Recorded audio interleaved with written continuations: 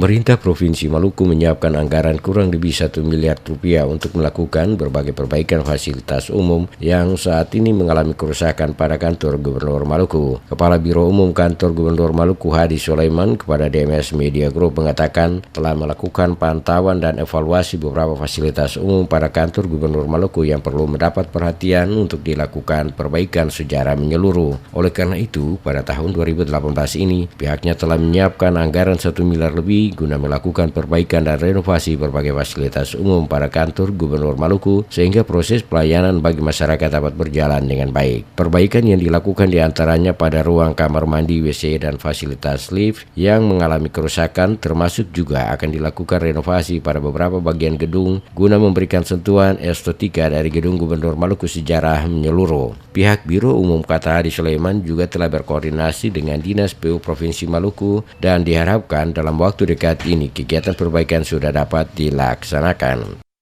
Anggaran fisiknya dia di kisaran 1 miliar lebih ya, 1 miliar lebih, karena ini memang fasilitas pelayanan kamar mandi itu merupakan salah satu komponen dari lantai 1 sampai lantai 7.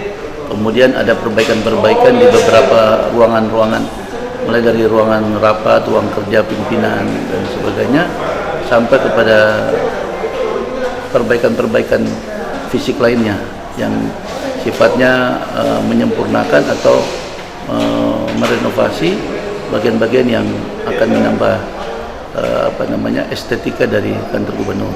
Secara umum, kata Hadi Sulaiman, kondisi fisik kantor gubernur masih layak. Hanya sebagian kecil saja yang perlu mendapatkan perbaikan dan renovasi sehingga seluruh proses kegiatan pemerintahan dapat berjalan dengan lancar.